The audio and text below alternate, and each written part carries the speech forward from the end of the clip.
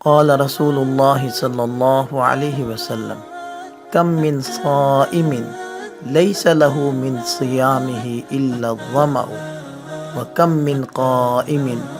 لیس له من قیامہ الا السہر۔ حضور نبی کریم صلی اللہ علیہ وسلم نے ارشاد فرمایا، کتنے ہی روزے دار ایسے ہیں جن کو سوائے پیاسا رہنے کے اپنے روزے سے اور کچھ نہیں حاصل ہوتا،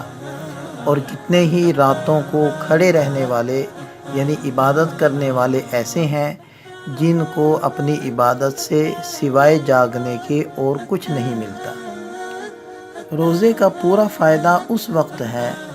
کہ جب اس میں ریاکاری اور دیگر گناہوں سے بھی بچتا رہے،